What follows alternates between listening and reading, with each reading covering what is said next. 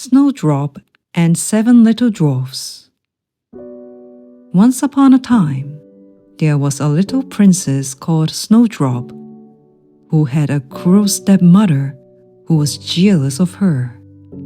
The queen had a magic mirror which could speak to her, and when she looked into it and asked who was the fairest lady in the land, the mirror told her she was, for she was very beautiful.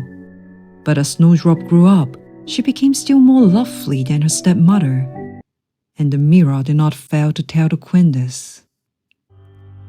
So she ordered one of her huntsmen to take Snowdrop away and kill her. But he was too tender-hearted to do this, and left the maiden in the wood and went home again. Snowdrop wandered about until she came to the house of 7 little dwarfs, and they were so kind as to take her in and let her live with them. She used to make their 7 little beds and prepare the meals for the 7 little men, and they were all quite happy until the queen found out from her mirror that Snowdrop was alive still, for, as it always told the truth, it still told her Snowdrop was the fairest lady in the land. She decided that Snowdrop must die, so she dyed her face and dressed up like an old peddler.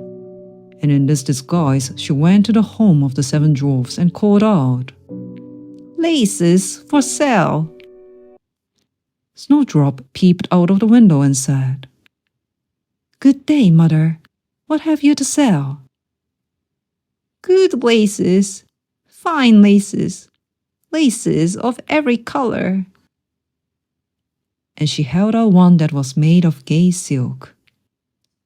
Snowdrop opened the door and bought the pretty lace. "Child," said the old woman, "you are a sight. Let me lace you properly for once." Snowdrop placed herself before the old woman, who laced her so quickly and so tightly that she took away Snowdrop's breath, and she fell down as though dead. Not long after, the 7 dwarfs came home. They found that she was laced too tight and cut the lace, whereupon Snowdrop began to breathe and soon came back to life again. When the queen got home and found by asking her mirror that Snowdrop was still alive, she planned to make an end of her for good, so she made a poisoned comb and disguised herself to look like a different old woman. She journeyed to the dwarf's home and induced Snowdrop to let her comb her hair. The minute she put the poisoned comb in her hair, Snowdrop fell down as though dead. When the 7 dwarfs came home, they found their poor Snowdrop on the floor, and suspecting the bad queen began to look for the cause, soon finding the comb. No sooner had they removed it than Snowdrop came to life again. Upon the queen's return home, she found by asking her mirror that Snowdrop still lived, so she disguised herself a 3rd time and came to the dwarf's little house and gave Snowdrop a poisoned apple. As soon as the little princess took a bite, it stuck in her throat and choked her. Oh, how grieved were the good little dwarfs!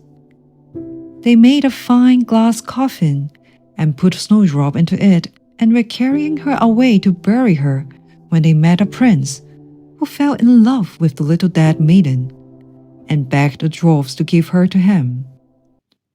The dwarfs were so sorry for him they consented, and the prince's servants were about to carry the coffin away when they stumbled and fell over the root of a tree. Snowdrop received such a violent jerk that the poisonous apple was jerked right out of her throat, and she sat up alive and well again. Of course, she married the prince, and she, her husband, and the good little dwarfs lived happily ever after.